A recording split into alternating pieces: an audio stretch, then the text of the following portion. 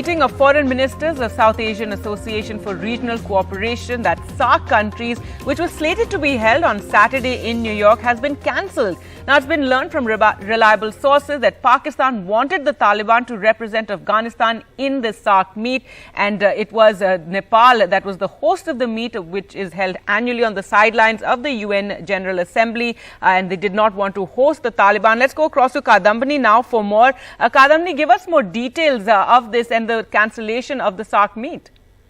Well, Gargi, this is a tradition that an informal meet is held on the sidelines of UNGA of SAARC Foreign Ministers every year whenever the UNGA happens. But this time, while Nepal is the chair of SAARC this year, it had invited, and it is not clear whether it had invited the Afghanistan envoy to UN, who's already there, of the previous government, or not. But what we are learning from sources is that Pakistan insisted that the previous government's officials not be there, and instead of that, there should be an empty chair.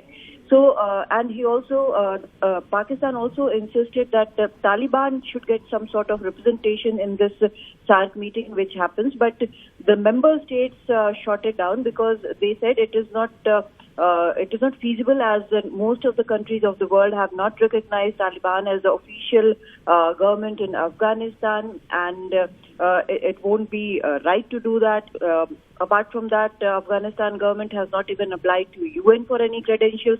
So this empty chair did not go down well with other nations, and they have shot down this Pakistan's insistence that in the SAARC meeting, Taliban should also be there.